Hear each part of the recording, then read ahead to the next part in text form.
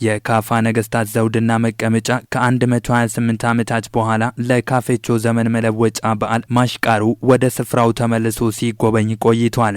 ቅርሱን እንዲሁም ሙዚየሙን ሲጎበኙ ካነጋገርናቸው መካከል አቶ ዘመዲያን ዳርጌ፣ አቶ ተስፋ ጽዮን ሀብቴና ወይዘሮ ኢየሩሳሌም ሰለሞን ቅርሶቹን በመጎብኘታቸው መደሰታቸውን ተናግረዋል።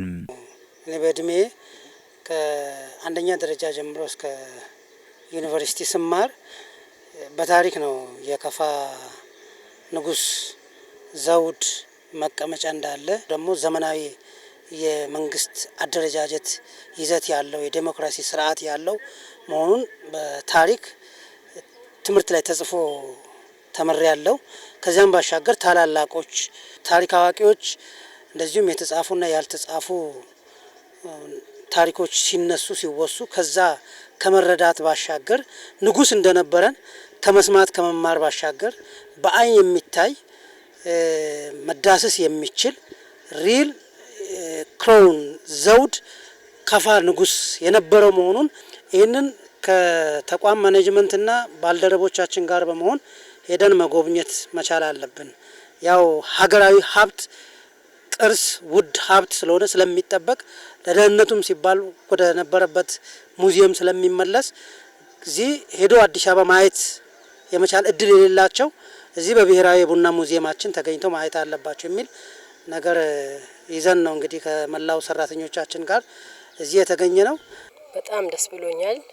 ታሪክ ያለን ህዝቦች መሆናችንን ተደብቆ ያለው ታሪክ ደግሞ እንዲገለጽ ይሄንን በጥረት አምጥቶ ይሄንን በአይናችን እንድናይ ያደረገንን የዞኑን መንግስት ለማመስገን እወዳለሁኝ።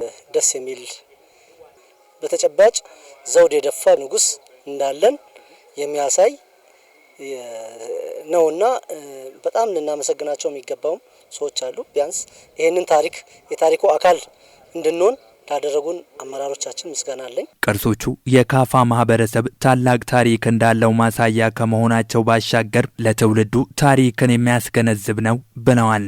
ስለ ክራውኑ አጠቃላይ ስለ ንጉሱ መቀመጫ ማብራሪያ ሲሰጥ በጣም ነው ኢምፕረስ ያደረገኝ። እኔ በጣም ከሚባለው በላይ ታሪክ ሊነገር ይችላል፣ ሊጻፍ ይችላል፣ ግን የሚዳሰስ የሚታይ ነገር ያለው ታሪክ እጅግ በጣም ምን ያክል ገናና መንግስት ምን ያክል ገናና ንጉስ ምን ያክል ገናና ስርዓት ካፋ እንደነበረው በውል በአይን ማየት ችያለሁ።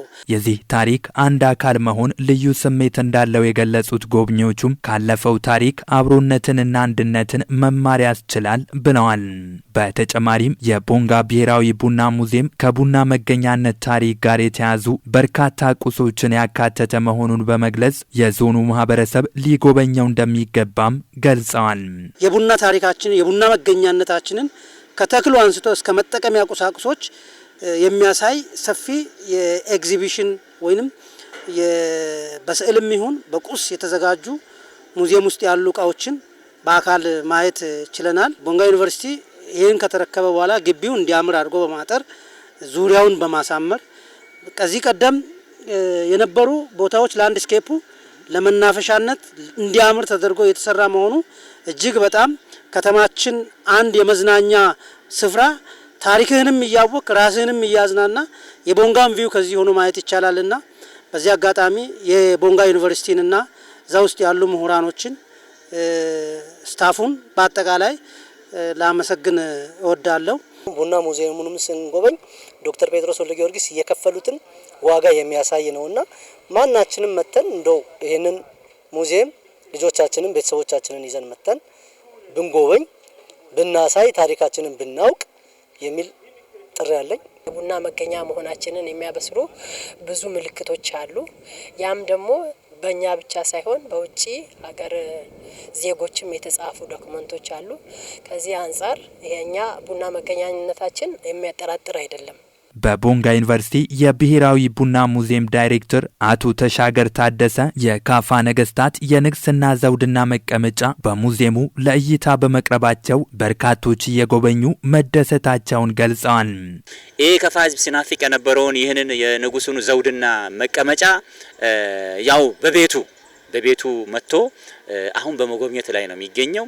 ይህ ነገር መጪው ትውልድ ቀደም ሲል አዲስ አበባ መሄድ የማይችሉ እንደውም ስለዚህ ስለ ንጉሱ ዘውድና መቀመጫ ምንም አይነት ስለ ታሪካዊ ዳራው የማያውቁ ሁሉ ይህን አጋጣሚ ተጠቅሞ አሁን በብዙ መንገድ ቅድም እንግዲህ ጠዋት ጀምሮ ከሽሽንዳ ከህዝብ ራሱ መኪና ይዞ ትራንስፖርት ይዞ በኮንትራት እዚህ የመጣበት ከጊምቦ መጥቶ የሚያይበት እዚህ ቦንጋ ከተማ ላይ ያሉ ሴክተር መስሪያ ቤቶች እያዩ ያሉበት ነገር ግን የሚጠበቀውን ያክል ባይሆንም ህዝቡ በደስታ መጥቶ ጉብኝት እያደረገና ስለ ታሪካዊ ዳራው እንዴት ቅርሳችን ዘውዳችን ከዚህ ተዘርፎ እንደሄደም ጭምር የሚያሳይ ከዛ የከፋ ልጆች ደግሞ እንደገና ለመመለስ ያደረጉትን ትግል ስለዚህ ይሄ ንጉሳዊ ስርወ መንግስት ያው ከፋ ውስጥ 3 ቦንጋ ዩኒቨርሲቲ ብሔራዊ የቡና ሙዚየሙን ለማስተዳደር ከተረከበ በኋላም በርካታ ማሻሻያዎችን በማድረግ የተለያዩ የልማት ስራዎችን እየከወነ መሆኑንም ተናግረዋል።